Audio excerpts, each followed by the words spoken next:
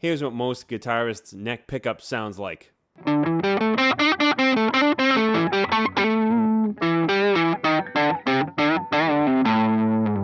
And here's what it should sound like.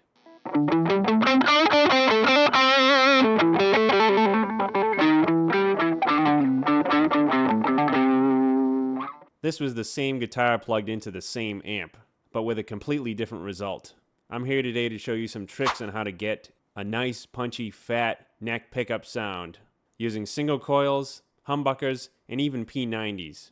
First, I'm going to go over 5 universal truths that will work for any type of pickup. Number 1, physically lowering the pickup helps decrease bass and keeps your tone from being muddy. This can actually make a bigger difference than you think. This will especially make a bigger difference if it is a humbucker or a P90 pickup. Tip number 2, it's a good idea to set your amp settings while using the neck pickup. This will make sure you have enough treble when you use the neck pickup, and you can always dial the treble back when using other pickups. Third tip is to use an EQ pedal. Focus on the mids and the upper mids and cutting some really low bass. Cutting low frequencies will help you cut through the mix. Tip number 4, play harder when you're using the neck pickup, especially when using single coils like on a Strat. Think of the blues players like Stevie Ray Vaughan or John Mayer. For lots of their riffs, they're really digging in and using that neck pickup and playing lower notes. These guys generally play with a heavy hand. And tip number 5, use a dedicated overdrive specifically for when you're using your neck pickup. In the next segment, I'll discuss the best overdrive pedals for each specific type of pickup. This is a game changer, and if you have several overdrives on your board, this will give a dedicated function to one of them. Let's start with single coils and how to dial those in.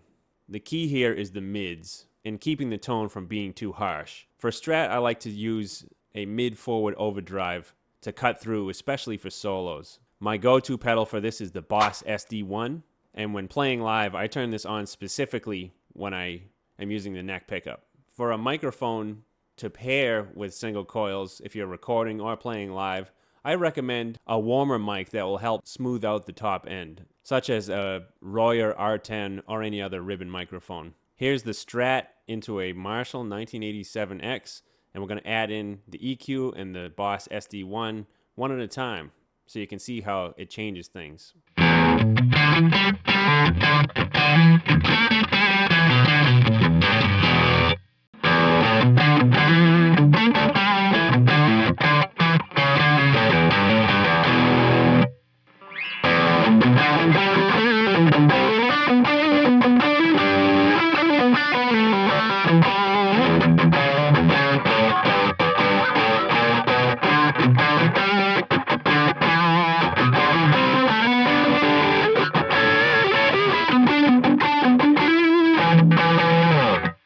Now let's hear it in a mix.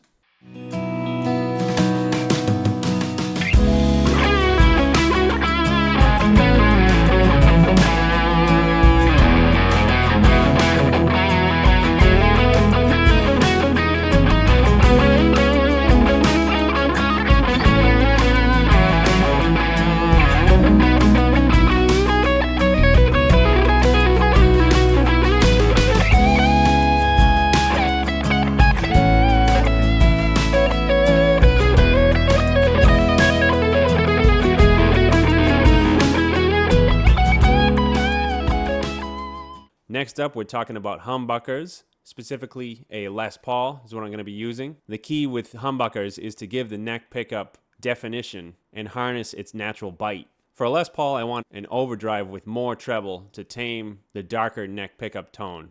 Consider a treble booster or a rat pedal to help with this. For a microphone for this, I would recommend something that maintains the natural brightness of an electric guitar, such as an SM57, a Sennheiser MD421, or a Sennheiser E906. Let's try the Les Paul into a Vox with treble booster and EQ pedal, and I'm going to add them in one at a time once again.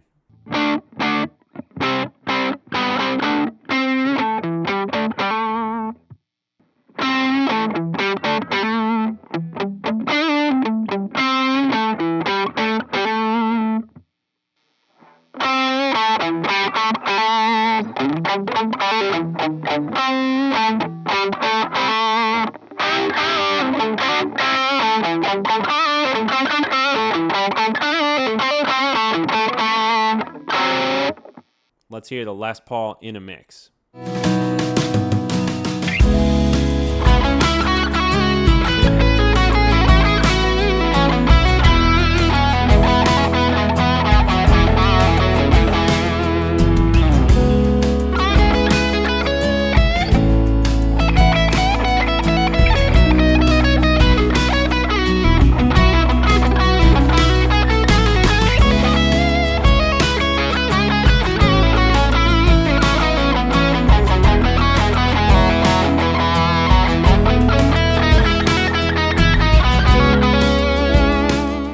Next up is P90 pickups.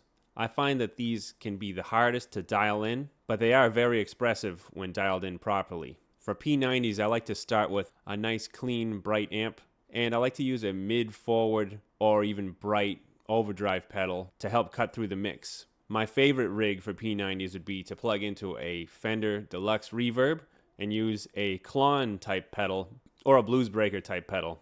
I have specifically here a Wampler Tumnus and a Wampler Pantheon. The Tumnus is the Klon style, the Pantheon is the Bluesbreaker style. The EQ pedal also plays a large role when using P90s, and you might need to cut more bass than you would compared to a Strat, for example. And for this type of pickup, I would also suggest a mic that harnesses the natural brightness, such as an SM57 or a E906 Sennheiser.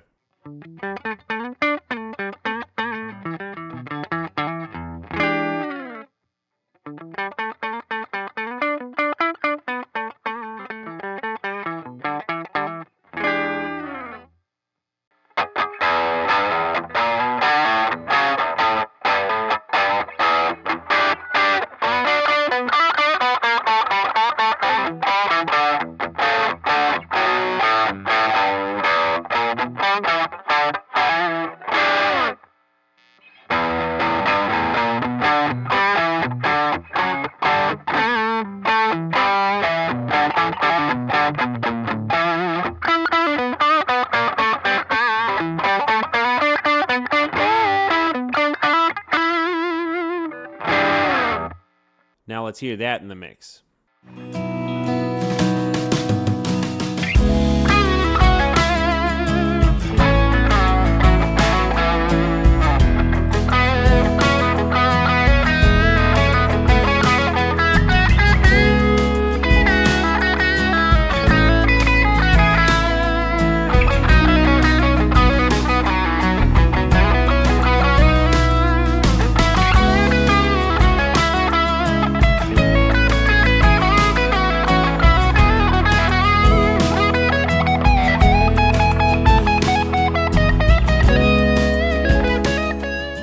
What sounds thin or muddy by itself, a lot of times sounds fine within the context of a mix. Finally, let's hear a comparison of all three different types of pickups played over a backing track so you can hear how the tone changes from one to the next.